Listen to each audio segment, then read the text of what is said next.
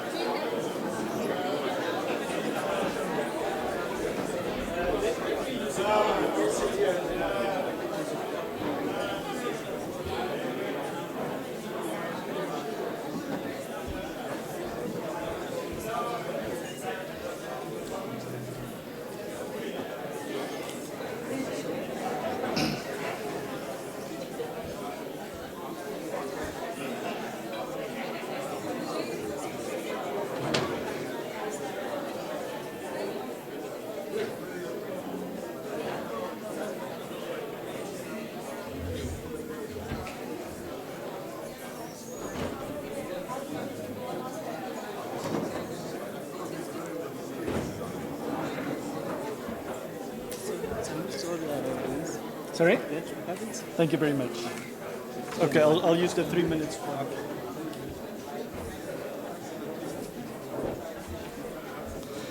Ladies and gentlemen, welcome back. We have a final and very exciting and important session on health research in Africa. My name is Christoph Poe. I'm from the Stellenbosch Institute for Advanced Study, STIAS. So I'll steal 30 seconds just to put this slide on the screen to show you that our call is open at the moment for another 3 weeks or so. So anyone who's completed their PhD, has some post-PhD experience, either a formal postdoc or some equivalent post-PhD research experience, and are within 8 years or so of having completed the PhD, can take a look at the call, which is on our website, which you'll see there. And I've put the pictures of the Isolomse fellows who are here, big, and so that you can also grab any of these 8 fellows during the course of the 3 days here and ask them for the tips on how to submit the successful application. All right. So we have a keynote for about 30 minutes, and then we'll have 3 panel members speak for 10 minutes each, and then we'll have another 30 minutes to discuss Q&A and comments. So it's going to be a great session. We'll start with Catherine Kyobutungi from the APHRC, African Population Health Research Center. She's an AAS fellow. So Catherine, please.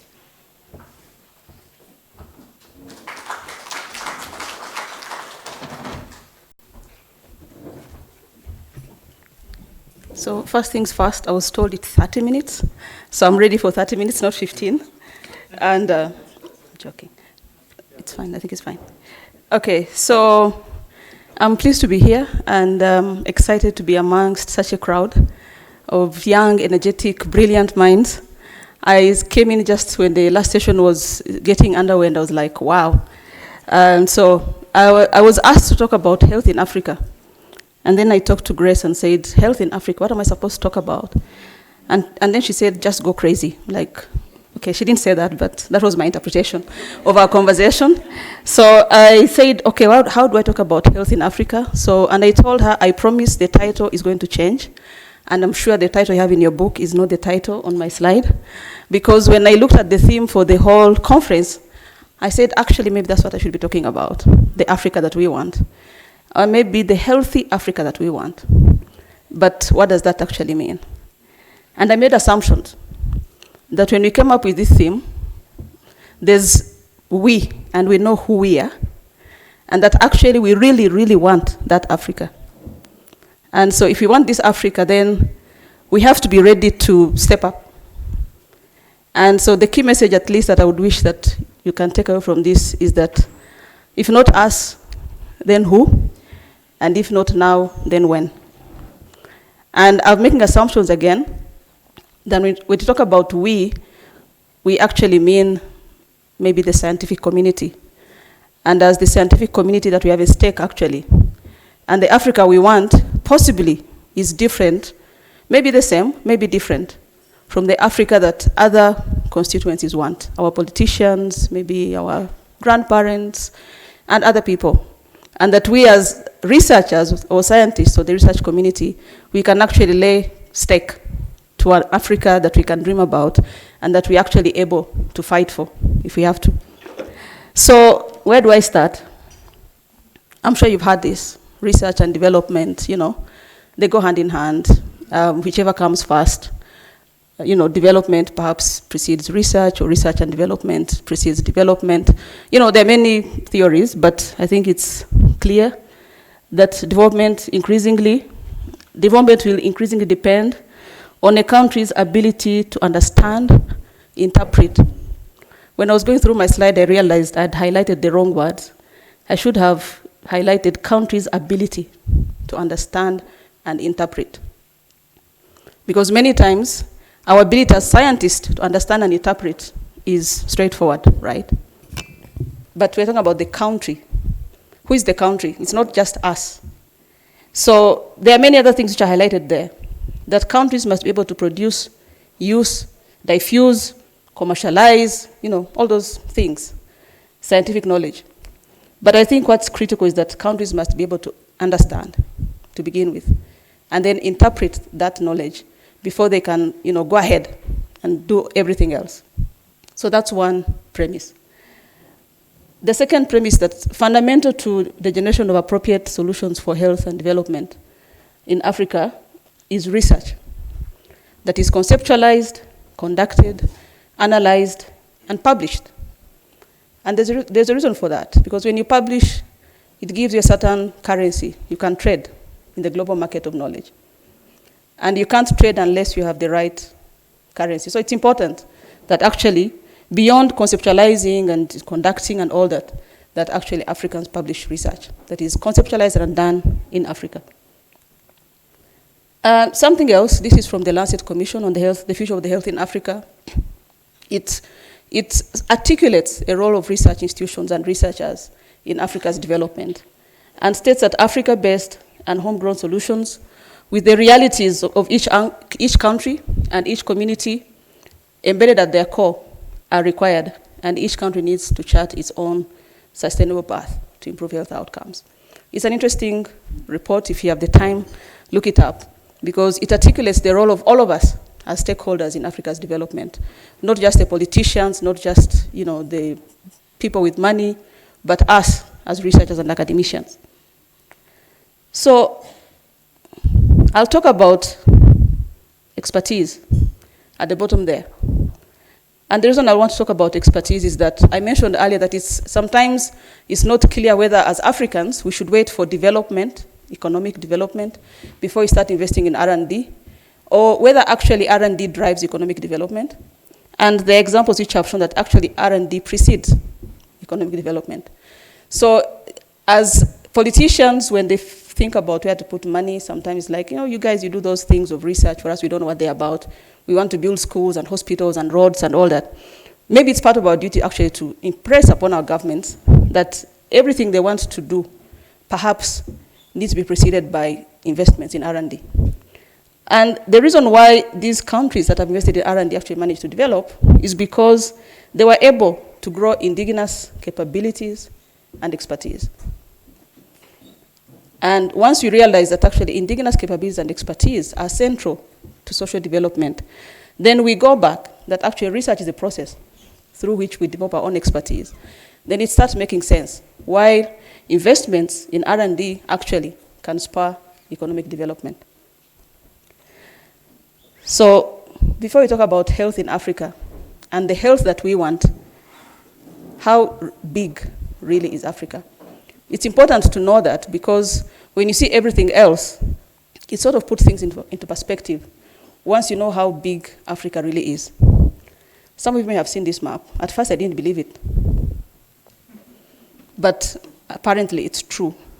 At least as far as geographical mass is concerned, that in terms of geographical mass, actually Africa, you would put India, China, USA, and a lot of other countries up there to fill the landmass that Africa has. And that actually the land area is about 20% of the world. But in terms of the population, it's only about 16%. Projected to grow. And that's very important for this discussion. So we're at around 16%, projected to be about 40% by the end of the century. Why does it matter? I have a one-year-old son, so it's important what Africa's population is going to be at the end of this century. Maybe for us it doesn't matter, but if you have a one-year-old, they'll be 82, so it matters. It's not that far away, that's what I mean. But anyhow, 38%, almost 39%, Africa's population will be that big compared to the rest of the world. Interestingly, the whole world population between 2050 and 2100 is projected to grow by 1.3 billion, the whole world. But Africa alone will grow by 1.8 billion, meaning the rest of the world will shrink. And much of the growth will be from Africa's growth. So this is the net growth. Africa will grow and everyone else will shrink, and then we'll end up with 1.3 billion from 2050 to 2100. Now the question is, why does this matter? And I'll park that for a while, why it matters. But we're still back to the question of how big really is Africa.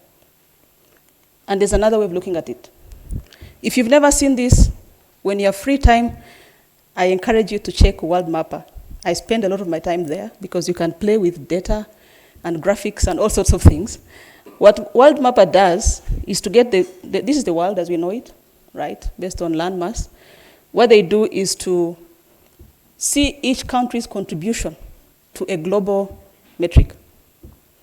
So if it's how many children die in the whole world under 5, they map the size of the country proportionate to what they contribute to the number of children who die in the whole world. So if you want to see how big Africa is, you can also look at Africa in a different perspective. Where Africa is in the premiership, right? We call it Premier League. Yeah, Premier League. You know, who wants to guess what this is? You can guess. So Africa, remember, we are almost 16% of the whole world population, but we account close to maybe 50%, maybe 40% of the under 5 death. How big is Africa? You don't want to guess. These are neonatal death, no surprises, because they are the biggest driver of under 5 mortality. Of course, there are fewer, but when you proportion it to size, we still have the biggest contribution. We're still playing in the top league, remember? This is HIV prevalence, no surprises. Obese children. So, you know, we talk about infectious disease, this is obesity in children. And we're not doing badly. So proportionate to the size of Africa, we are close. We're not that far. We're not doing too badly that we are leading the league, but we're also not so far behind, as maybe perhaps conventional wisdom would dictate, that obesity is still the problem of those, wealthy nations or developed countries. This is adults with diabetes. And this is interesting because the next graph is expenditure on diabetes treatment. So Africa is not doing badly when it comes to how many people are diabetic.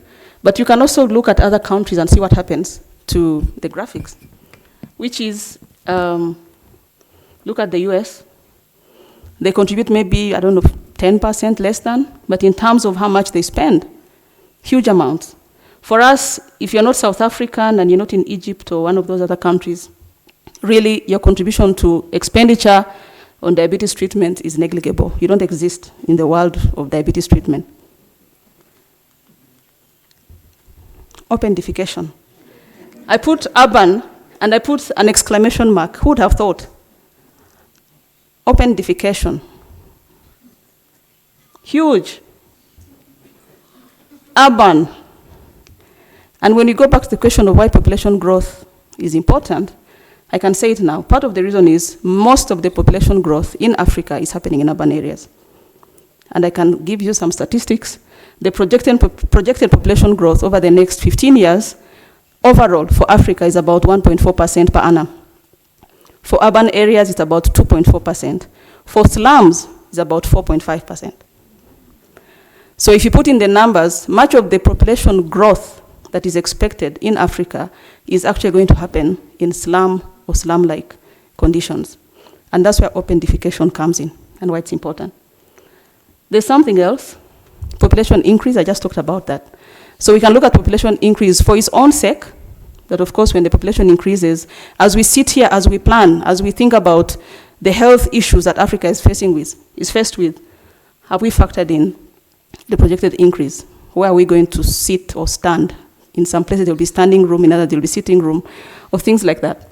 So beyond that, what is critical is where is the population growth actually happening? Because it's in urban areas, and we are still, I don't think we lack urban planners. We have people who are doing PhDs in urban planning, but that's the whole point. Where are those people when it comes to when countries or cities or towns are planning their cities, that in the end, most of the growth is actually happening in urban areas and slums. Oh, you missed that. Illiterate adults, no surprises. And who wants to get what that is? Papers published in 2005. Now, I've used this before. I was surprised the World Map has updated their data. They used to have dated data. And every time I would present, people would go to World Map, and then they would say, the things on publication is from 2005. I said, okay. Here we have 2010. And here, 2016. And I will tell them, the world is not marking time, waiting for Africa to catch up. No, it's not. So we can publish and publish and publish. Perhaps this map may never change. I think what's important is what are we publishing and for what are we using it. And I liked the conversation earlier about do we need a different way. Let's publish. Let's try to make the green appear. Actually, the interesting thing about green SSM, South Africa, Egypt, Kenya, everyone else, you don't exist. It's like a little line that no one can see when this map is drawn. So that is the thing, that the world is not marking time, waiting for Africans to publish papers to change the world map of how papers are published. I found an interesting slide that I could not resist showing.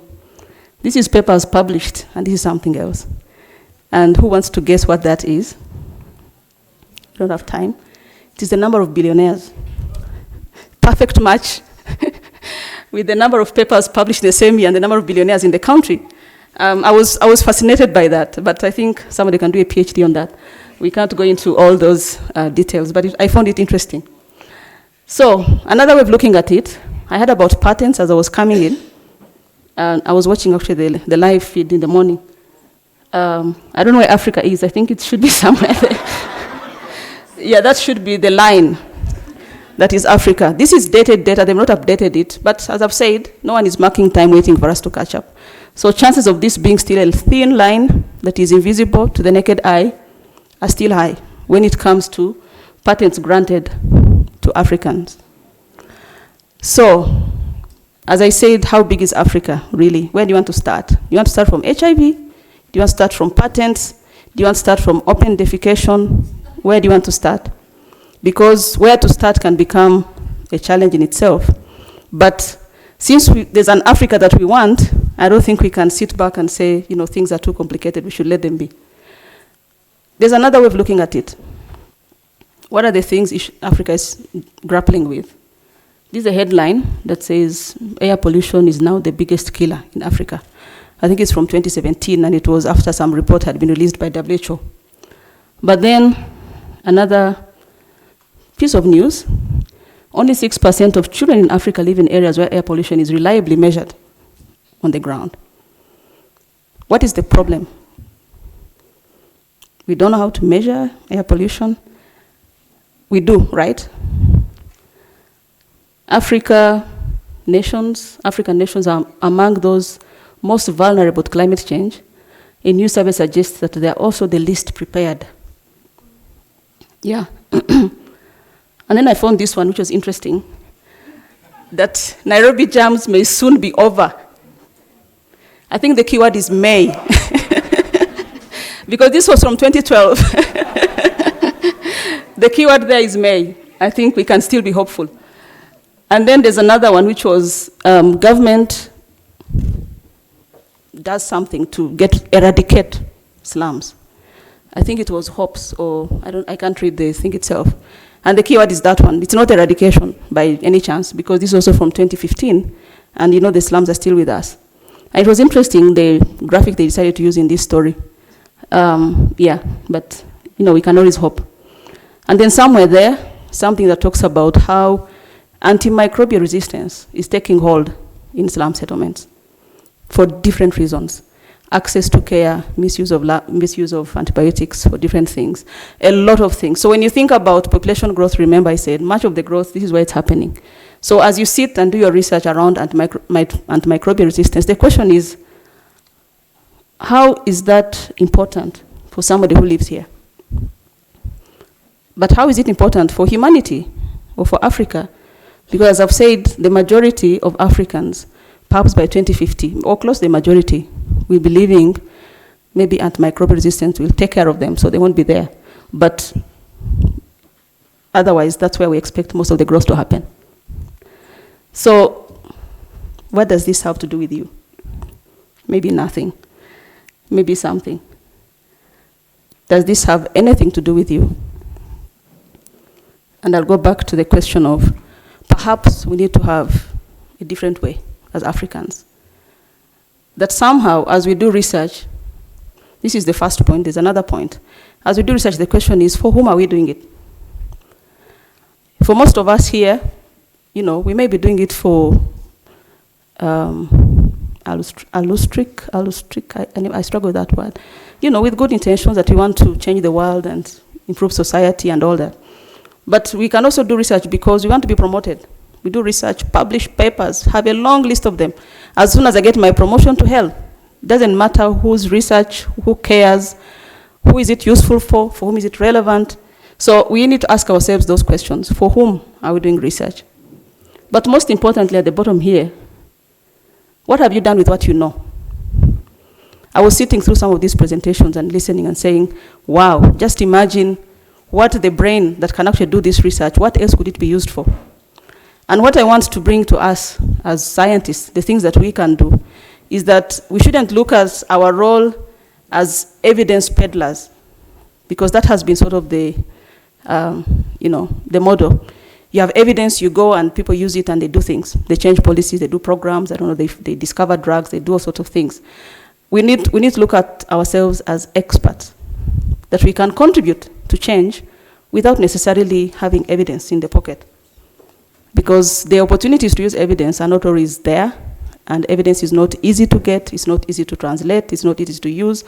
But as we grow as scientists, as researchers, for somewhere, we become experts in our field. And let's try to peddle that expertise. Because short of that, that's why I want to go back. Short of that, we'll still be here, 15 years from now, there'll be another AS, Connecting Minds, maybe celebrating, 15th anniversary, or something like that. And we're looking at those maps, and there will still be thin lines, and the other ones will be big. And, because I think our role as scientists is that we need to become experts for society. And I don't think that's a hard ask. By the time you start, the gentleman from Cameroon who was doing all this mathematics, by the time you get there, just like 5 years ago, 10, the things that we are doing, your country needs those things as well. So let's continue, because expertise also is defined by credibility and profile and all this. So there are great things we can do. Let's not forget the great work that we do as scientists. Let's not forget to publish. But at some point, let's use the expertise that we have gathered through this process and try to see how can we give back to society. So what it has to do with you is that for a lot of us as scientists, we are the proverbial lamp that is hidden under the bushel. We sit in our labs and we crunch out amazing things. And when they come out, they're in places where most of the world cannot access them. The countries that are supposed to interpret and understand can't access the things we've hidden under the bushels. We've hidden ourselves away, but we've also hidden the knowledge that we've generated in places that are not accessible. And I think when we go back to the discussion around decolonization and the African, maybe I'll say it the African way. We need to stop thinking that if we flood the world with knowledge, the people who are drowning in it, that somehow it's going to touch them. They will be drowning. So the approach that we can send out information and knowledge out into the world, and somehow the world will react to it, needs to, we need to rethink that. And I'll end by saying that we need to know, and that's what we're doing. Let's know. Let's do all the amazing science that we do. Let's do all the amazing research that we do. Let's make all these great discoveries. That's a way in which we know. We become good at what we do. We become experts at what we do. But after that, let's reach out. Let's connect with society. There's a big world wide out there. A big world that is scary. You look at climate change and you're like, okay, let's wait and see what happens. You never know. There's no limit to human, ingenuity. We might fix this, but maybe not. Let's reach out. Let's connect. Let's be known. Let's be known that by the people who are supposed to fix these issues, the population growth, the slum growth, the diabetes, the open defecation. Let's be known to them, because if they don't know us, we'll still be under the bushel, hidden. Let's speak and let's do. And if not us, then who? And if not now, then when? I thank you very much for your attention.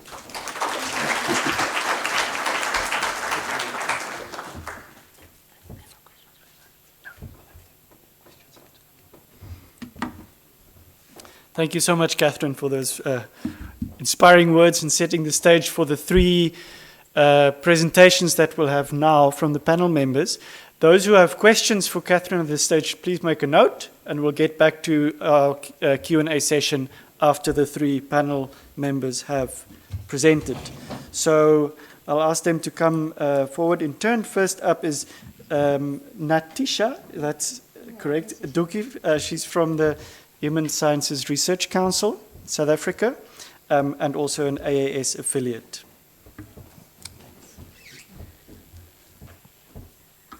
Okay, good afternoon, everybody.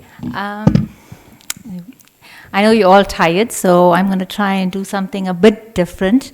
When I was given the topic, I was told to talk about one of my studies, and I decided to go a bit broader and talk about what ways does my research contribute to improving health in Africa.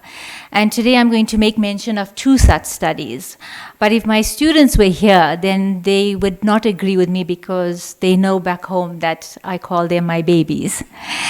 So today I'm going to talk about two of my babies. One's called Teen Mom, and the other is called iSpan, and I'm going to explain that soon. So, like Catherine has just said, what are we doing? Why are we doing it? And for who are we doing it? What is challenging us? What makes us think that we deserve to be on that platform called research? And it brings us back to the question that a lot of the studies now are evolving. And the thing is, I've seen many good pieces of work today. But I'm speaking a bit from the social science perspective, so bear with me. what is traditional and what is innovative? So we've moved on basically from single-phase studies, we've moved on from paper-based studies, the charts, the pamphlets, things in schools that we thought were attracting students, things that were attracting people in the workplace. And now we're going to having a replacement as such, a replacement with technology. And that's what I'm going to be talking about today. All right. So I want to talk about my two little babies and how I've started using mHealth to improve health, especially in South Africa. What is mHealth? mHealth is mobile health, which includes mobile phones and any other wireless technology in medical health care. And it has the great potential to improve healthcare quality, reduce costs, access to various healthcare options, and wellness included. If you look at the diagram, you'll be able to see that we're moving away, So we're moving into new dimensions, and here you can see we are saying that there are more people who are starting to make use of these phones. There is a 93% increase of physicians, using of mHealth apps. And what's really interesting is, I will show you a slide later on that shows how Africa is actually not doing that badly. We actually are right up there. We just need to work harder. It's also showing how 40% of physicians think that using these technologies can reduce the number of visits to the doctor, and that helps greatly as well. So if you look at the diagram, I'm not going to go into it, but it shows that we're using it for various things. We're using it for obesity, we're using it for hypertension, we're using it for diabetes, a whole range of conditions and problems that occur within us. So this brings me to my two babies, Teen Mom Connect and the iSpan study. I will speak briefly about the Teen Mom Connect study that has just been completed. We received a huge grant from the MRC UK, and the whole purpose of the study was that we wanted to look at improving teenage pregnancy outcomes. And I don't know if some of you have heard of Mom Connect. It is a program that's currently running in all 9 provinces in South Africa. It's in conjunction with the Department of Health, and they look at improving these outcomes in mothers.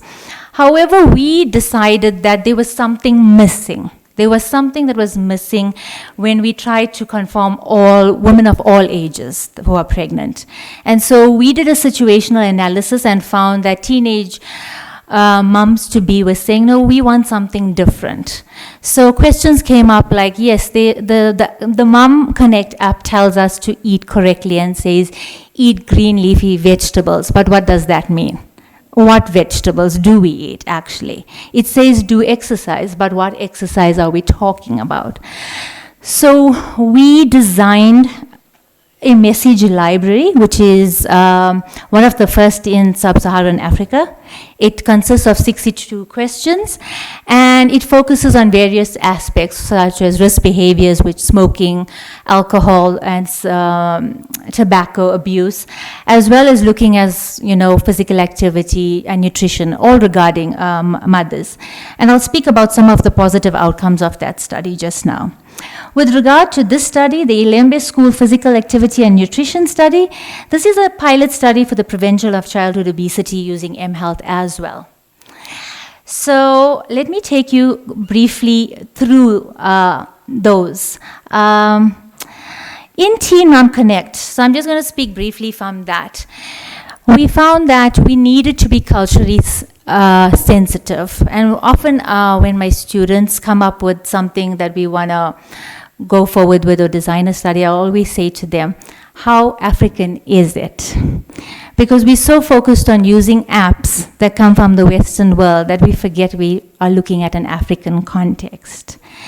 And I found that with this study, it was very important, and therefore the outcomes were very exciting at the end, because we made it totally African, to the extent that we ask questions starting off, the app was available in their language of preference, obviously. The other thing was putting in pictures, putting in fun facts, putting in questions for them that they were comfortable. So not just saying, oh, green leafy vegetables, but using the proper context of what they would call a specific vegetable or fruit in their household, right? And what was even more interesting, it allowed for two-way messaging.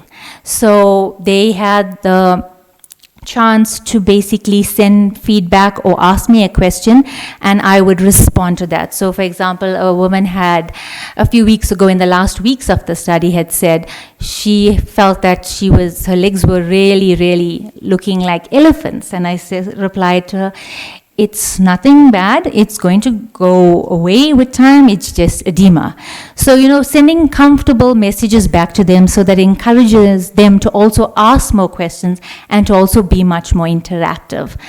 And that actually was really successful to some extent. Of course, you're going to get challenges. You're going to get dropouts of participants, because one of the biggest challenges in South Africa is they all have a smartphone, but they change their number each week.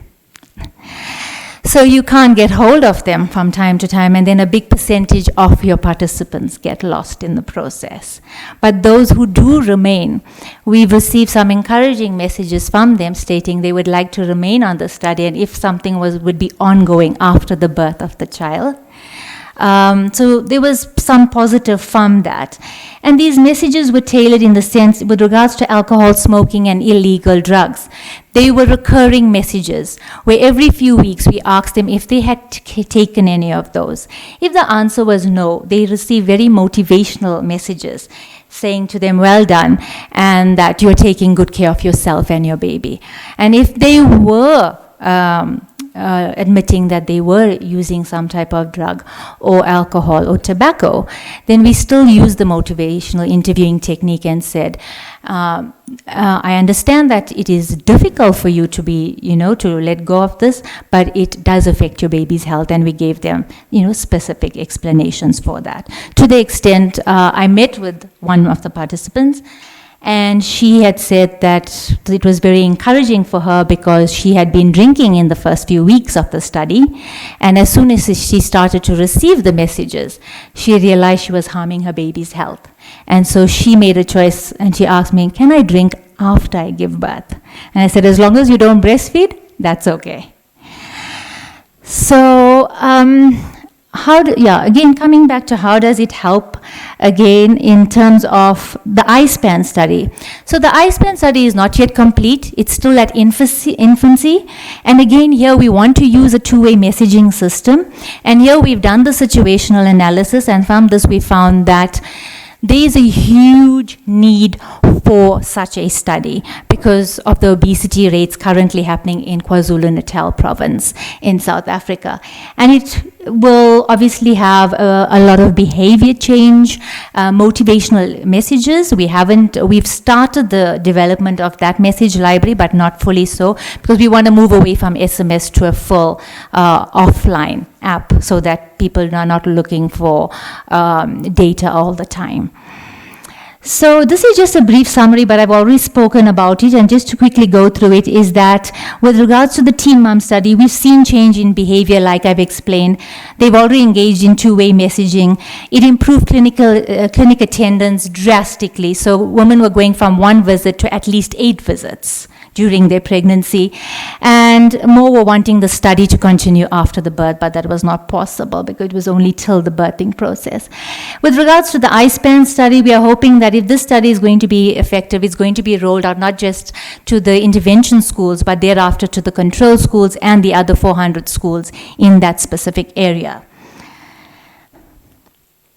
And this is just, as I mentioned before, a slide to show the current number of apps. Well, these are the top 10, currently running the top 10 apps in Africa.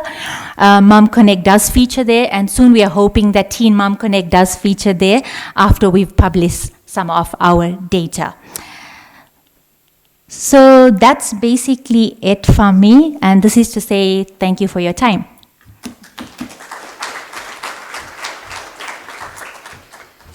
Excellent. Thank you, Natisha, for those very important projects and for keeping to the time. Next, we have Achana Baoluximon from the University of Mauritius, also a TWAS Young affiliate. TWAS alumni, okay. Thank you. Okay.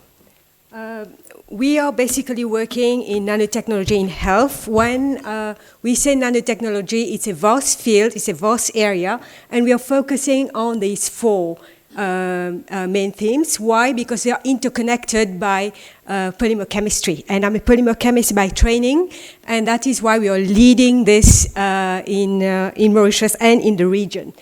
Now, I would like to talk a little bit about how did we come into that field, because there are many young scientists present here. We didn't start with nanotechnology. When you're in the nanotechnology field, you need to have a solid background in one particular science area, whether it's chemistry, biology, physics, or any, and then you build on that before you can really see an application for whatever you're doing. And we were able to do that because we created the Center for Biomedical and Biomaterials Research. It's not an initiative of the university, it's an initiative of academics of the university. That is, we left our department, I left my department, and we took the challenge of building this center, and the university gives only the building, we run the center based on the funding that we bring in projects. And we have all these projects that are catering for the PhD students, for whatever we are doing.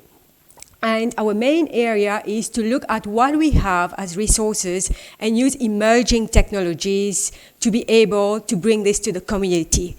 And when I say emerging technologies, we are in nanotechnology, yes, but we have also stepped into machine learning, and we are bringing these two together. And throughout the years, we have trained PhDs, postdocs, we have built infrastructure. It took us 5 years to build the labs. We have almost everything that we need. We do everything from synthesis to characterization to in vitro. We even do in vivo testing now. And we have state-of-the-art equipment. This is just to say that first we build the infrastructure, and then we train the people, and now we can see that very soon we can have something reaching the community. And where are we? I say that we're using materials from our own resources. That is, from 2011 to 2019, we have our biomaterials. We have looked at scaffold fabrication. I'm just taking the example of nanoscaffolds because it is the project that is reaching really the latest stage in the pipeline. We have done all physical-chemical characterization because we have all the microscopes required. We have everything. We have done in vitro testing. We have done the proof of concept in vivo testing. We are into advanced in vivo models. And we are also having a human clinical trial in 2 public hospitals right now, just to be able to identify the gaps when these nanoscaffolds will come into trial. I can tell you that it's not easy to do a human clinical trial. It's quite difficult, and it's also difficult because you have to be able to explain to the patients the need of doing this, because some people, they just don't want to. Even if you know that this is going to be beneficial for them, they don't want to. And here I always like to take the example. There was a lady that really needed what we were doing. She refused to be on the clinical trial, and after a few months she died. And this really affected us because we couldn't do anything because she didn't want to be on the trial. And when I say resources, Mauritius may be a dot in the Indian Ocean, but we have a huge EEZ, economic zone. We have a huge sea area. Therefore, we are using, I think it's the size of France, if I'm not mistaken. We use materials from our own marine resources, and I'm a chemist, therefore these materials have to be fully characterized, reproducible, so that I know exactly what I'm doing. And these are some of the materials that we use from the marine resources, and we also use materials from our land resources. We have a sugarcane plantation. we are using bagasse, we are extracting cellulose, we are making nanoscaffolds out of them. Now, if I'm showing to you this biomaterials part, it's because of the cost. Whatever research you're involved in, at the end, for it to go to the community, there's a cost implication. And it's the biomaterials and the process that we have invented that is going to reduce the costs. Because nanoscaffolds, they do exist in the US, in Europe. They are extremely expensive, very expensive. Africa cannot afford that. And we just bought one to use as control. I can tell you a small 1 centimeter by 5 centimeter nanoscaffold costs 1,000 euros. And who can afford that in Africa? And people always ask us, because we do a lot of community outreach, we go to schools, we go everywhere when I'm invited, I talk of nanoscaffolds. What is a nanoscaffold? As the name indicates, a scaffold is a support for growth. Nanoscaffolds works in the same way, but it works at nano level. You cannot see it with the eye. I've put up 2 pictures of the nanoscaffolds we have developed. We have the 2D scaffolds and we have the 3D scaffolds. And the 3D scaffolds are really showing very good potential for IP because they are injectable scaffolds, which means that they can take the shape of any wounds that you can have.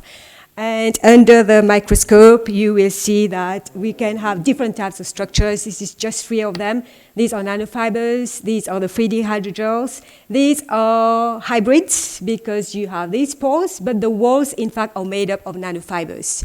And we have all sorts of cells that we have grown on them. This is just the same material used to make a 2D scaffold and a 3D scaffold, the same cell. But on a 2D, the cell behavior is different from a 3D scaffold. In fact, what we are trying to do, we are trying to trick the cells because you are placing a scaffold and it can be recognized as a foreign body and be rejected by the body. And we need to trick the cells so that it does not recognize this as a foreign body. It's going to accept it and it's going to grow on it and regrow the tissue. And the 3 main, because we need to solve problems, the 3 main problems that we are looking at, we have diabetes. I was very happy to see the picture of diabetes and looking at the investment of Africa in diabetes. We are looking at diabetic foot ulcer. And then because of the aging population, we are looking at the skeletal tissue, bone, ligament, and tendon. And then this is with our Australian colleague. We are also using scaffold to look at cancer regenerative medicine. That is, after you remove the tumor, the tissue has to heal and the cancer cell doesn't have to come back. Therefore, we can load drugs in them. And they have slow release and so on. Therefore, these are the 3 main things that we are working on. And the problem that we are trying to look at in terms of diabetics, we know that we have 400 million diabetic patients, and out of this we have 130 million suffering from diabetic foot ulcer. And Africa has 5 million such patients, and it's predicted to increase to 12 million by 2040. And therefore, we are looking at affordable regenerative medicine solution for Africa. And I can tell you that in July, nanoscaffold was selected by the Advancing Healthcare Innovation in Africa as the innovation to be followed. And I'm being supported by a team of IP experts. And I can tell you I give them a hard time because for us, nanoscaffold, it's us. Whatever collaborators are coming in, they are just looking at the application. But we are the ones that have designed the scaffolds. And this cannot be done without a team. And earlier I talked of multidisciplinary team. In this team, we have people doing medical physics, we have people doing machine learning, we have biologists, we have polymer chemists. Of course, we are leading it. We have a vet working with us for the in vivo studies. We have a medical doctor. We have biochemists. We have all these people working together before I can tell you that we are reaching IP, we be going into human clinical trial, and so on. And we had a very interesting discussion in the earlier session about funding research. We have good funding. I can complain because this research is funded by the Mauritius Research Council, Tertiary Education Commission, the University of Mauritius, and of course the EU, because now we are leading the nanotechnology initiative in Mauritius. It's funded by the EU. It's a big funding. And it's because Mauritius wants to go into the knowledge-based economy, and nanotechnology has been selected as a field where we should continue to progress. And this is a big EU funding, and the project starts this year. It has already started, in fact. And Siwa is our main collaborator. It's our neighboring island, Réunion Island, 15 minutes flight from us. And we get a lot of support from them. And I would like to conclude that with time, I have less collaborated with people that are exactly in my field, that are polymer chemists, but because they are competitors, obviously. But I have collaborated with more people that I think I need to bring this to the community. And this is the way forward. And thank you. I think I've kept time.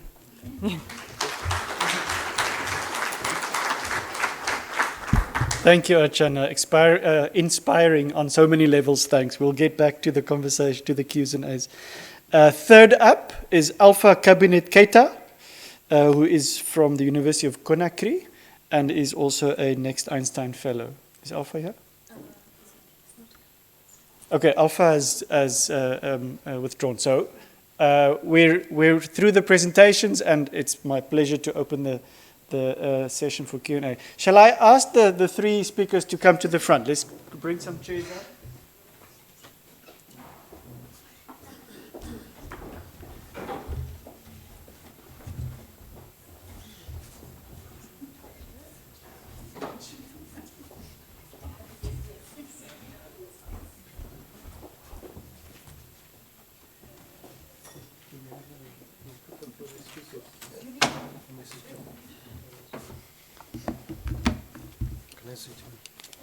This one. Okay. I see one hand, 2, 3 for a start. So I just want to hear the views of all the three presenters around sustainability of the innovations that they are working on.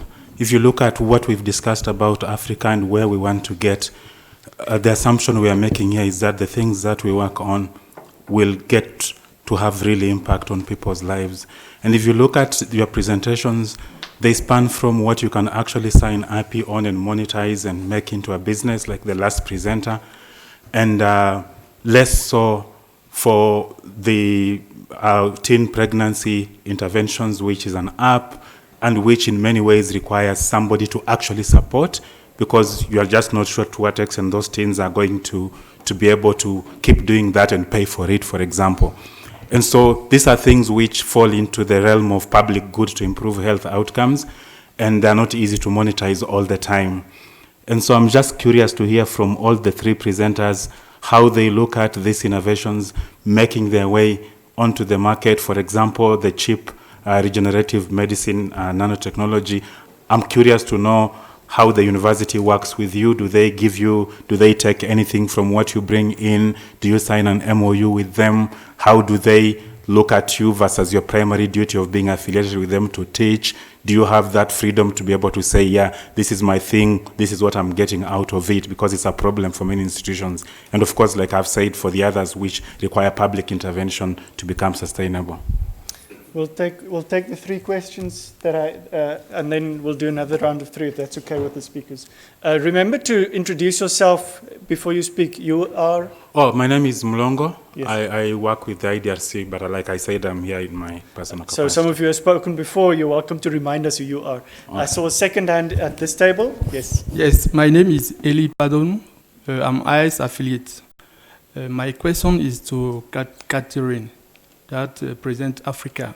The African we want, the healthy African we want. I think that personally, we do not need to compare Africa to the other continent, as we do not have the same condition. The climate condition is not the same first. And there is many positive aspects in Africa that we should focus on instead of highlight negative aspects of the Africa. And for that, I would like to ask the question of what are the indigenous value that we have to focus on as scientists for the Africa that we want. That is my concern, as I don't see because this affects our minds, and also the youngest one that think all the time that Africa is a very bad continent. That is not the case, I feel. Thank you. Thank you. And then the third question Which is was here, yes. Yeah. So my question for the first speaker is that she shows the slide before the the last one, is that one has to know, connect, and then do. There is some stuff between. I just want to say that I like it, but I like it more when you have it as a loop, because it's not only we know, connect, and then do, but after you do, then you have again to know. So it's like, I like to have this kind of a slide, if you agree with me, is as a loop. So it's like something you have to go back again. And second, I really like all your talks, but just I have a comment that whatever you do is really great, but people from other African countries, they didn't hear about it. They don't know. So you need to think also about the visibility. So as you are talking about nanotechnology in health and so on, I'm from Sudan. So in Sudan, people maybe they don't know about there is nanotechnologies, this kind of thing. As you say, you spend some time to have the infrastructure, the funding, and all this stuff. But it will be nice to look for a way to connect also the people within Africa, not only having collaboration with people in Australia or in Europe and other countries. Thank you.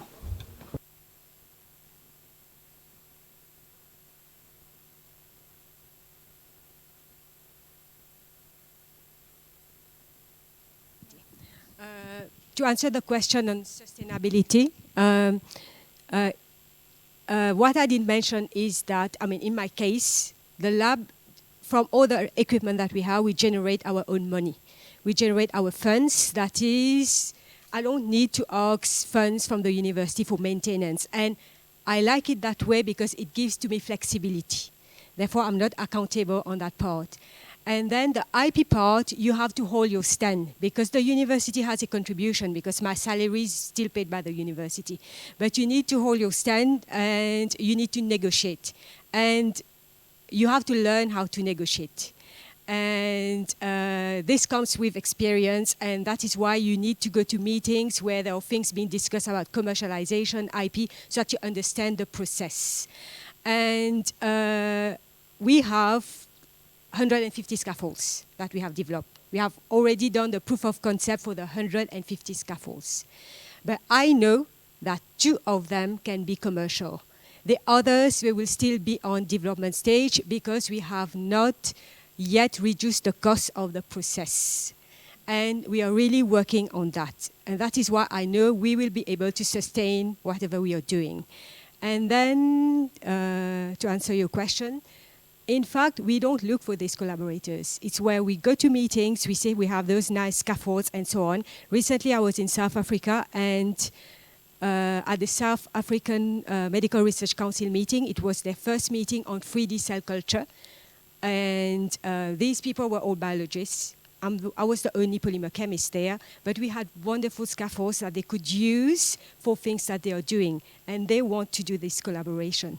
When you're in that field, with 150 scaffolds, I can tell you the sky is the limit in terms of applications.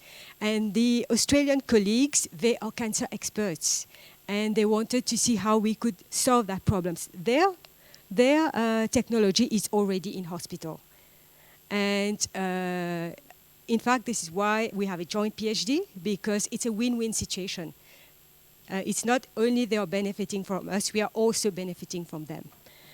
And that answers your question. Yes, I cannot be everywhere, but all the chance that I get to go to meetings in Africa, I make the effort of going. And I've been to ask Kolani knows, whenever they have invited me to give talks about what we are doing, I made the effort, I went to these meetings because it's important to meet people. In fact, during TWAS meeting, I've never benefited from any funding for research from TWAS, but I benefited from the network. During the TWAS meetings that I attended, I met wonderful people. And these people has, in one way or the other, we have connected on projects. I was telling Kolani that we are involved in the H3 Africa project, and I'm leading the ethics part in that project. And this is how things goes. Okay, with regard to the sustainability, so in a way I'm privileged. I'm not an academic anymore. I'm a research specialist at the Human Sciences Research Council, so I'm fully committed, 100% to research.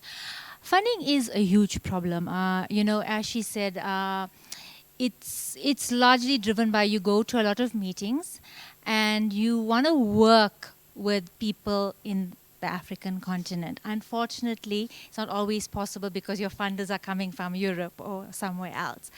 So just to touch on that, for the pregnancy study, we were funded by the MRC UK. And with that, we made sure that it was purely, it was funded by them, but they didn't have any other, dictatorship rules over what goes on with the study, except they wanted to see it finish, which it has at the end of August. But we made sure it was fully African study done in, rural areas within Cape Town. We had input from the Department of Health. We had input from other stakeholders. With regards to the obesity study, we are working with a Swedish team, but that's purely because at the moment funding is limited and apps cost a lot. And if we want this app to work in an African context, we're going to need somebody to develop that app for us. So we kind of use the partnership in that way that we'll partner with them and they do the app development for us, but the study is, led by us. So we can decide who the participants are, etc. So yeah, with regards to that, it's just difficult in the fact that funding becomes a problem from time to time. But I think you can have that. For example, in the school study, I have a steering committee. The steering committee is made up of school nurses, and these school nurses and their assistants are the ones who have helped me to drive the project. So there are 400 schools in that area, and they've chosen the 16 schools to start off with the pilot study based on the school needs. They've also let me know of the challenges currently that are, and there's many underlying challenges. We're looking at adolescent obesity at a school, but when we get to the study, then you find that there's other things like, female children facing problems with sanitary pads and, disposal of that, or various other problems, or you finding that there's a diabetes problem in children under 5 in that household. So it all depends on, what kind of funding we get. And sometimes, as I said, in my obesity study, in the pregnancy study, it was really good because we were funded by the MRC UK. But for the obesity study, we are struggling a bit in the sense that we know the app costs a lot. So this is going to need a lot of funding over the next 5 years. But we want to start off with things. And I was speaking to somebody during the tea break and saying, you can start off. It's not like we don't have the resources in Africa. So I just want to give you an example before I hand over, is that there's a component with, physical activity. And people are quick to say, oh yeah, you can adapt an app that's, from America or wherever. And I've said, no, I don't want an adaptation. So I spoke with the Department of Sports and Recreation in South Africa, and they've come on board, and there is an indigenous sports association, and that's in a lot of the African countries. We actually play these sports at an international level. And so I want our study to be the first study to introduce indigenous sport. And it's actually very easy to play this sport because most of these sports require things from the household. So for example, one of them is called 3 tins, and you require 3 tins. And if you don't have a ball, you use a stone to hit those tins. It's basically introducing what we have in our communities for our communities. So I'll try to respond to actually all 3 questions, even though I didn't present any innovation here. But I think the question of sustainability of innovations, and try to tie it back to an earlier comment about the fact that African governments, maybe don't fund research, or maybe they don't fund it to the degree that researchers would expect them to do. Because sustainability can be assured in different ways. And one of the ways is if you have an innovation and it becomes mainstream and it becomes part of practice, and it becomes a government program, so it's integrated in practice, in training and all that. Of course, that would sort of guarantee, in a way, its sustainability. So, but going back to the question of how do we bring government to the table? And everywhere I go, people say, how do we make African governments pay for research? And they say, who has asked among us? Who has asked governments to pay? Maybe Tom and who they may have gone there. But that's the whole point about connecting. So we do research that government sometimes does not know about, does not know why it's important, does not know what is the benefit. So we do research, we operate in parallel universes, and then at some point we expect that the research we flood the world with, government should recognize its value and then put money. And it goes back to the point of how, as researchers, we need to understand how the world operates. Governments have policies, they have strategies, they have budgets, they have committees. There's a process. You can't say, give us money for research. There are people who start looking for money for things 1 year before the budget. And none of those people include researchers. So I think we need to demonstrate our value to government and society at large to justify why government would not put money into a new school and put it into our research. So for me, that's what I would, it's a much broader thing. Of course, there are nuances and it depends on different things. But I think as researchers or as academics, we need to do a better job of demonstrating the value we provide to governments in very short election cycles, 5 years, and all that. That's how the world operates. So, the second thing about comparisons, yes, if you go to World Mapper, there are very nice graphs that show where is the largest declines in mortality amongst children. The largest of them, of course, are from Africa, so it's a good thing. The greatest improvements in life expectancy are in Africa. It's a good thing. The question is, I thought about the Africa we want. Should we be happy that instead of 700 mothers dying from childbirth, there are now 200? Of course, it's great, right? We've moved from 700 to 200. It's great, but should we be happy that it's 200? Why is it 200? Why is it not 5? Why is it 5 even? I mean, there are things which are unavoidable. Maybe 5 is, the global baseline that it has to happen. So there are good stories out of Africa, but the question is whether we should sit on our laurels and say, yes, we've made progress and let's be satisfied. And for me, the Africa that I want, I don't think we're there. There are good things coming out of Africa, but the open defecation is not a myth, it's there. Why do people openly defecate? It's because we've not done enough, government has not done enough to provide toilets. So there are great things, but I don't think we should be comfortable with the progress which has been made. There have been progress in HIV, in malaria, lots of great things have happened, vaccines for pneumonia, for children, great things are happening. But progress from a very bad state to a better state does not mean that we've arrived. And perhaps what it will take for us to go the extra mile, what took us from 700 mothers dying to 200 is not what will take us from 200 to 5. We need to do things differently. So I agree there are great things in Africa, but I don't think we're at a place where we can say that we are completely proud of the Africa that we have now. And maybe what's missing is us joining the politicians and everyone else who is at the table and see what we can do to shift from where we are to where we could be. And the last point about the no-do loop, I agree. And it reminds me of was it Donald Rumsfeld, I think, who said the things we know and the things we know we don't know and the things we don't know that we don't know. Those. So when you start engaging, really that's when you realize the many things that you don't know. And then you know new things. Beyond knowing in terms of a field, I think you understand better how the world works. And you may learn things that have nothing to do with, your work on, trying to treat cancer. You learn things like, how budgets are made and things like that are going to make it possible for your cancer research to actually become real for humans. So I agree that it should be a loop, but what I would encourage is that let's get away from our little, worlds and try to connect back with the real world. And then let's take what we learn from the real world back into our small worlds. And then our worlds also become bigger and bigger. Yeah. Thank you. Let's take a round of 3 further questions. So I see many more than 3. Okay, 1, 2, at the back there, 3. And then we'll come back. Please hold your questions. Thank you for these 3 wonderful presentations. I really enjoyed it, and I'm very happy to see how science and technology is reaching the community, or soon to reach the community. But at the same time, when I reflect on health research in Africa, I see that we cannot miss on the prevention aspect and the change in behavior, especially when we see the burden of non-communicable diseases picking up in so many of the low and middle income African countries.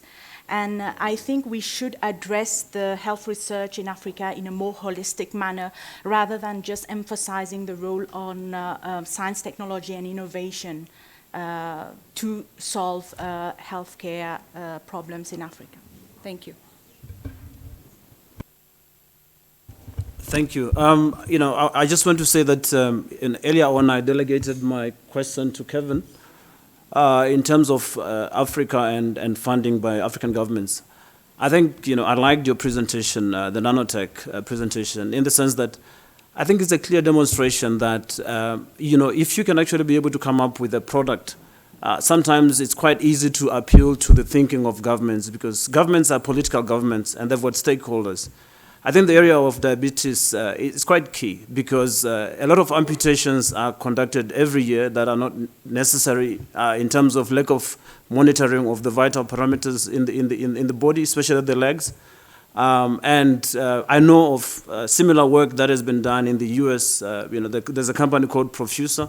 I think they've done a lot of advanced work in this. I know of one or two groups in the continent that are also working on this. And I was just wondering, I saw your electrospan scaffold. Wouldn't it be better for you to go in a different route where you probably would want to do electrospan hydrogels, because then hydrogels are transparent to the body in terms of visibility?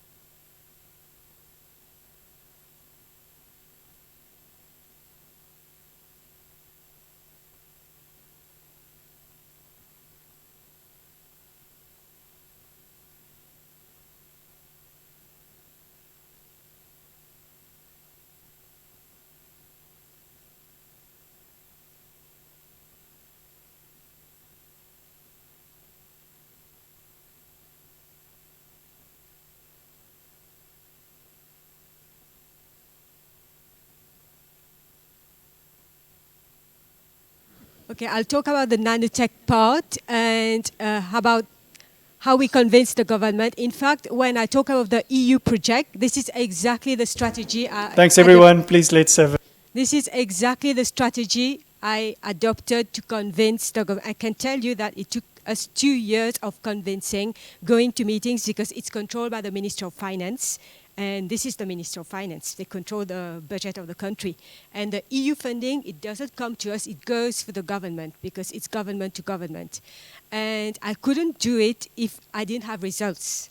And they could see that something will come out of it. That's why they got convinced to really select nanotechnology as the area that we should go into for knowledge-based economy, because we are training all these people.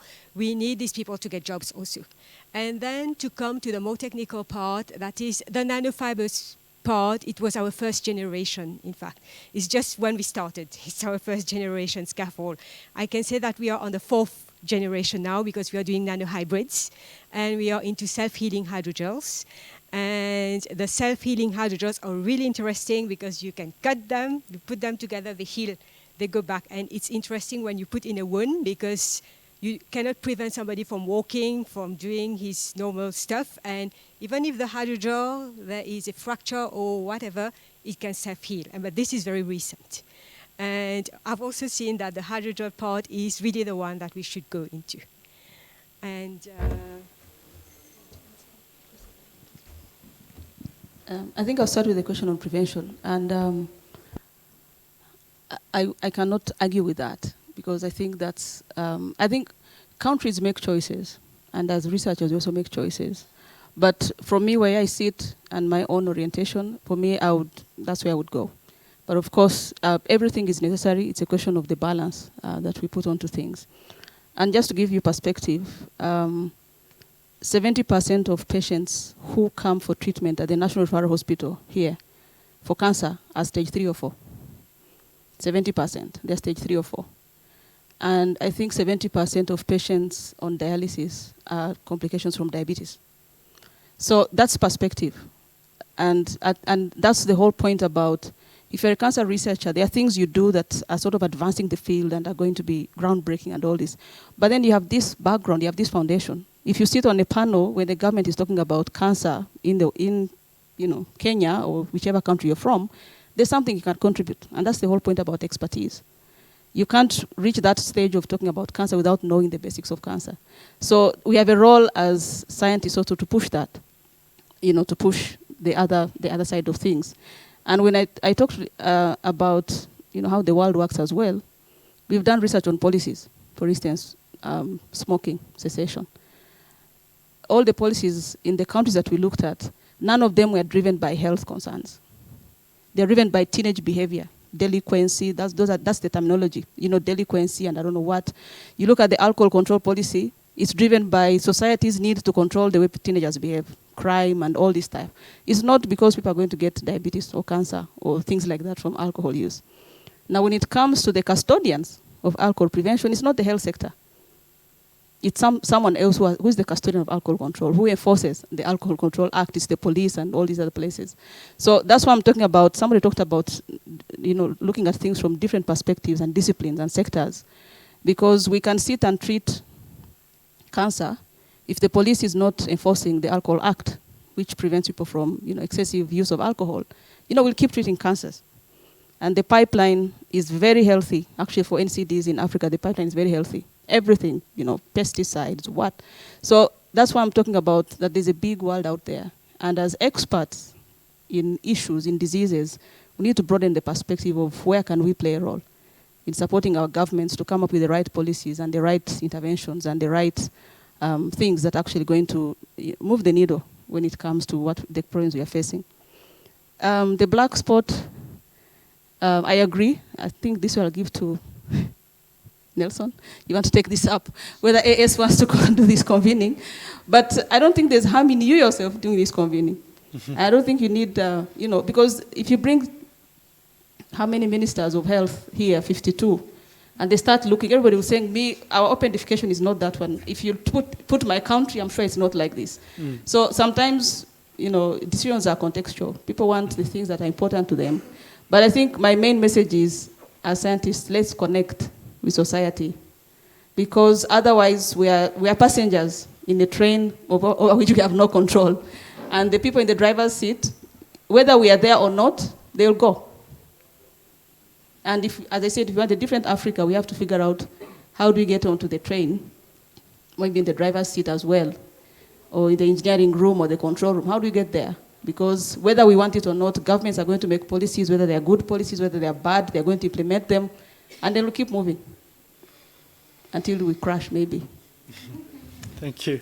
Okay, we're just about in time, so for three more questions. So I'll take one from the right, person in blue. Please. Thank you very much. The professor of mathematics who talked about the black spot and calling ministers bias. First of all, let me give you a very simple example. If you are looking for a girl to marry, you don't go around shouting. You make sure you put on well, you are well behaved, and the people will see. So if you are doing work that is very, very, very useful, and I'm sure we are so many scientists in our countries, you network, you present your work. For sure, the government will see, will hear, and they will support you.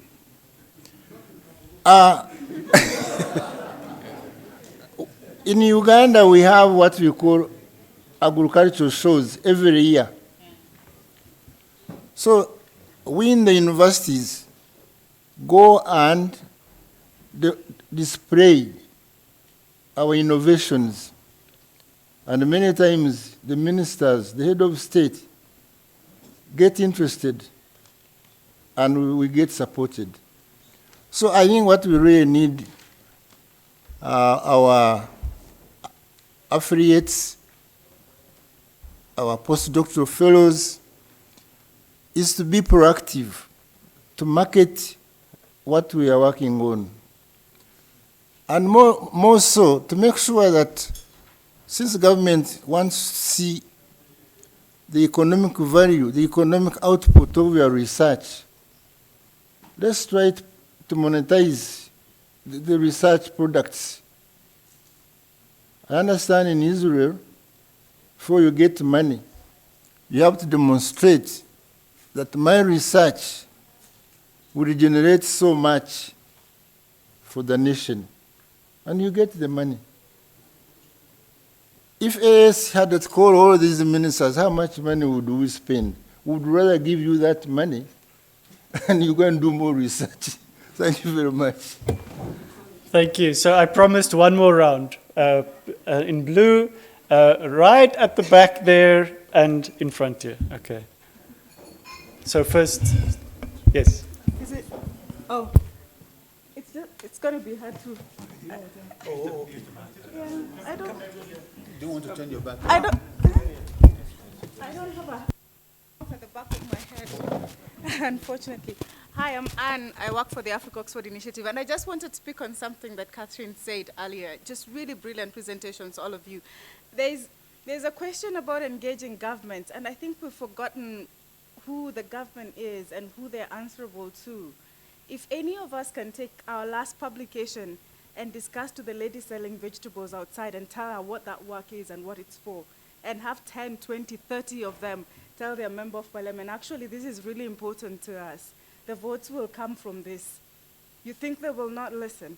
I think the problem is a bit broader about academia and higher education alienating us as we go further and further up from the very community that our work is supposed to serve.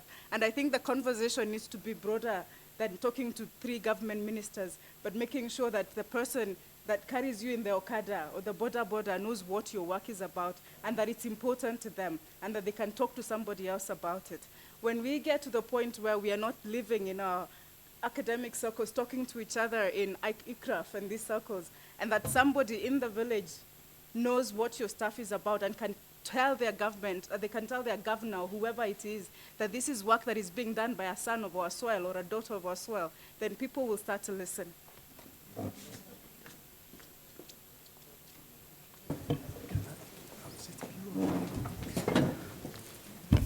First of all, I want to thank you very much for your beautiful, nice presentations. Actually, it inspires me for an idea or a proposal. I see that many of us are working in similar area, but we don't know that. So I'm asking if it's possible to have a database forum that give a brief of every scientist of us and its activity so we can connect together. Because I believe that the solution of all the problem of Africa will come from its people. So why not we can get such a database forum that give us some data about the science of each one of us. So for instance, I'm working in solar energy and photovoltaic cells. So maybe I will find some scientists in Africa working in the same area so we can do some kind of project together and we can solve a big problem, of course, because teamwork is of course better than one person doing and doing some research. And thank you. I'm going to allow the other person at the back to also just have a short comment. Thank you very much. My name is Binyam. I'm from Ethiopia. I just want to bring you back the first presentation and the picture that was painted about how Africa, as Africans, we're trailing behind on so many factors. I agree that we really need to know what the picture is really looking like and how many things that we still have to work and the improvements that we have made. But I have a concern that it could also be a trap because if we consider that as a starting point, and if we're trying to catch up, I don't think it will be helpful. It could be a danger in the sense that it will put us in a follow-up mood, and that shouldn't happen. I don't think it's useful, and I don't think it's doable.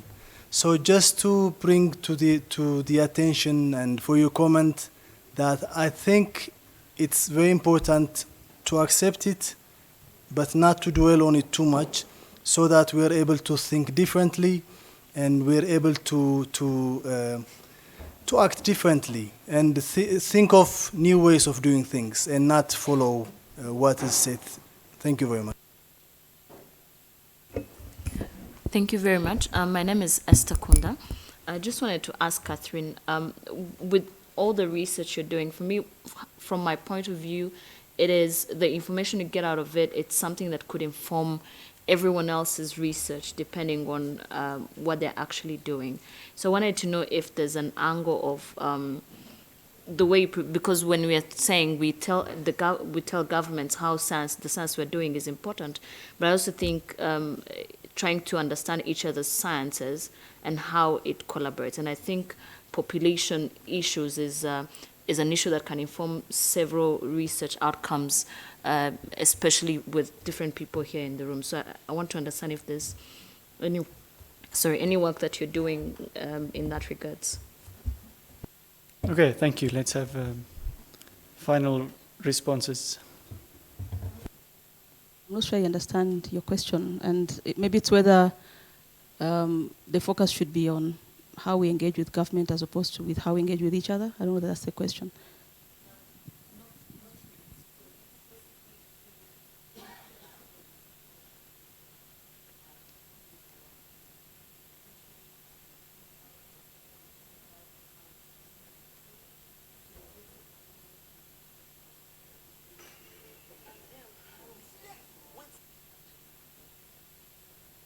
So from that point of view, is there any way that you're translating the work you're doing to inform even other researchers?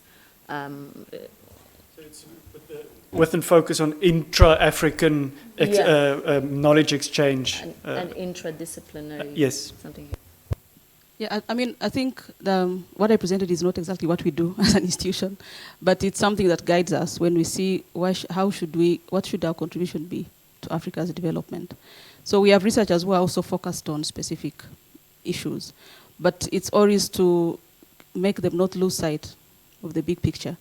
So somebody might be doing research on, we have researchers working on diabetes, for instance, from the perspective of how do you make patients more adherent to treatment.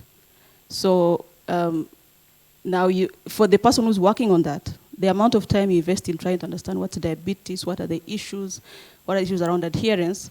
If the Ministry of Health is developing a new strategy on diabetes, you can sit with them and you can say something about diabetes because you've read 200 papers for your own research and for the papers you've written. So somehow you're gaining expertise in diabetes generally, even though your own research is on something else. So this kind of information or data, it's to sort of keep the big picture perspective to people's work. That it doesn't matter which area you specialize in, you can make some contribution with the broader knowledge you have of that area to other conversations and not necessarily contribute to advancing research and what people do with their own research, do their own other research. So it's sort of to keep people grounded, that there's a big world out there and see how they can balance academic excellence or research excellence with connection with society. Yes, the catch-up, I think that was the point I thought I was trying to make, which is like, I don't think we should aim to catch up, for instance, when it comes to, are we going to ever be the same size as Africa in terms of what we contribute in terms of papers? Because as you've seen over the last 10 years, we've not caught up because the world is not waiting for us to catch up. And that's what I was saying, perhaps we need to look at something different. Let's keep the papers coming, but let not the aim be the papers.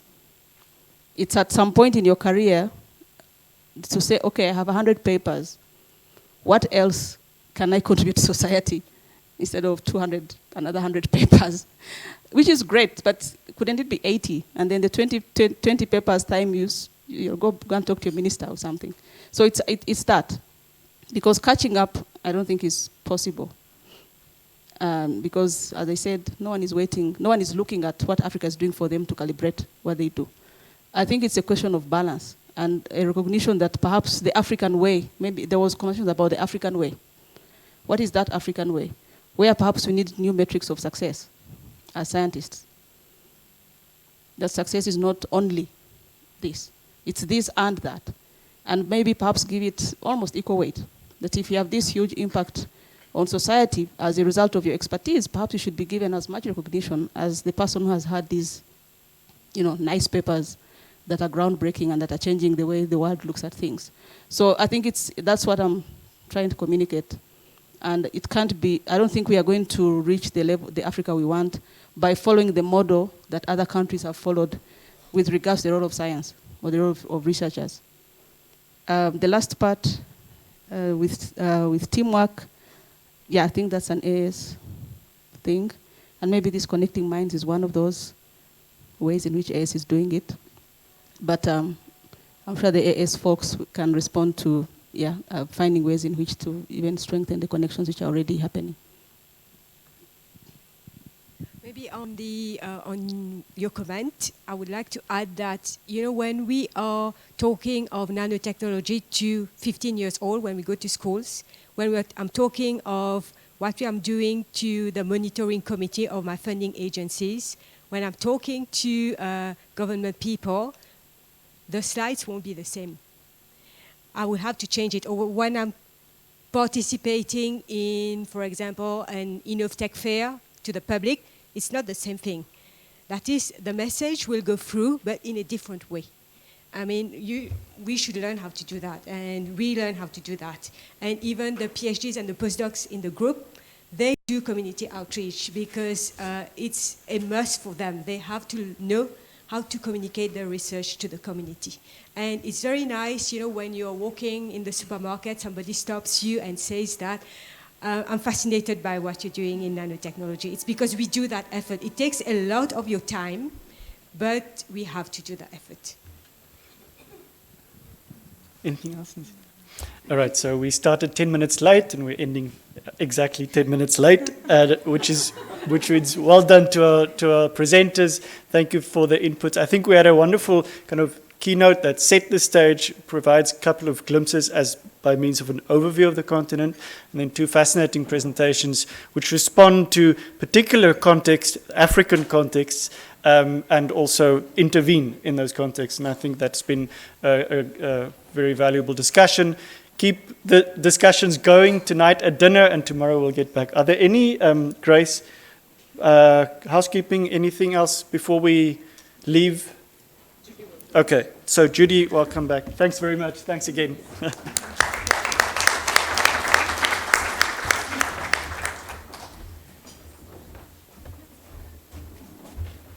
Housekeeping, I'm the housekeeper. So I think it's very interesting. An important thing would be to identify the common threads of today as we summarize. One thing that I've really seen is, realized, and I think is in the back of our minds, is that as a species we're very, very visual. What we see and how we perceive that aesthetic is so important. So it's come, a simple thing like the map is up there, Mauritius is not there. If Mauritius doesn't identify themselves in those millions of people on that continent, then they're not going to contribute to that effort. The same with the density adjusted cartographs that Catherine that has presented this, these are data on Africa which are very much averages. Okay, so it has not considered the distribution of the population. It's not considered many things, but it does give a big picture of the situation. This is what we see.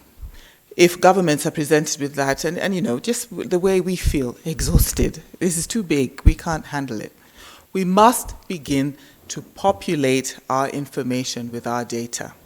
Another thing that for me was so striking is realizing that because of artificial intelligence, women like myself are never represented properly.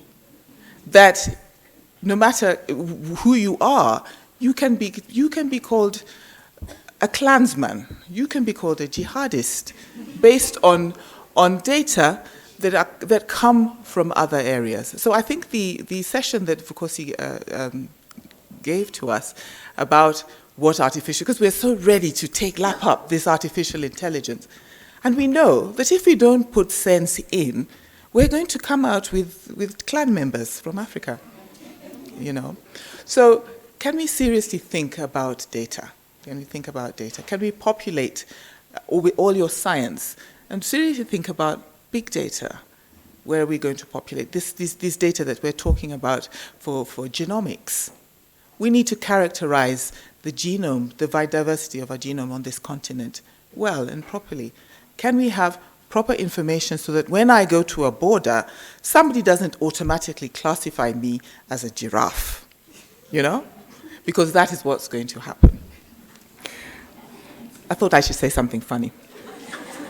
So how do you engage government? Government is visual in just the same way that we are. If we don't show them in a deliberate and planned way that this is the direction we want to see science going, then they're not going to be able to make any decisions or plans or fund anything that researchers will be doing. We need to speak a clear language in one voice. We need to speak a clear language in one voice in every aspect of whatever we're trying to push. Good. So that's been an excellent day. Thank you very much, everybody. I'd just like to finish with the 3 announcements. If you haven't signed up for the walk tomorrow at Karura Forest, please make sure you do that today. We need to know exactly who's going in because the forest needs, they need to catalogue who's inside there, just in case you decide to spend the night there and,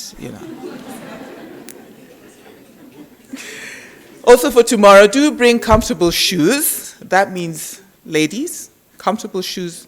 Do not bring high heels because you will sink in the soil. Do bring some comfortable shoes for that. The buses will leave your hotel at 7:45 a.m.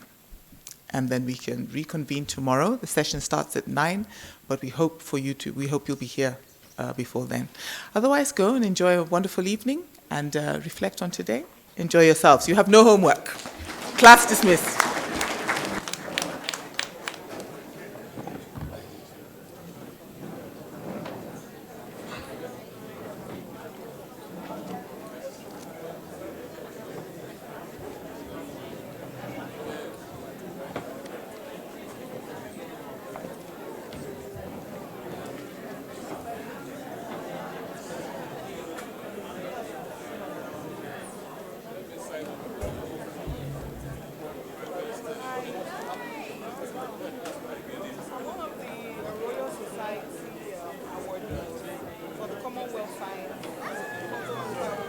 I was wondering, after the one in Singapore, it seems like none has been organized again.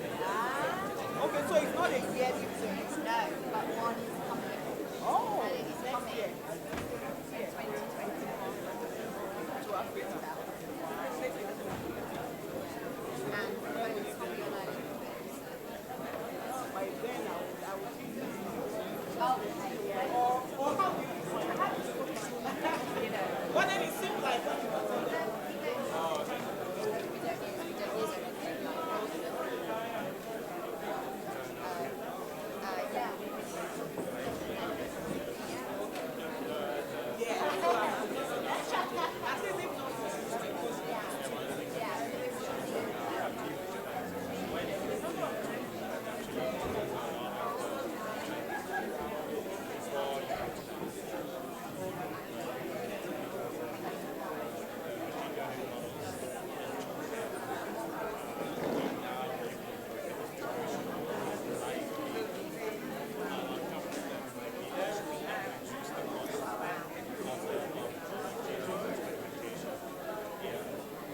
I'm not in that project, but then I know, yeah, I don't know.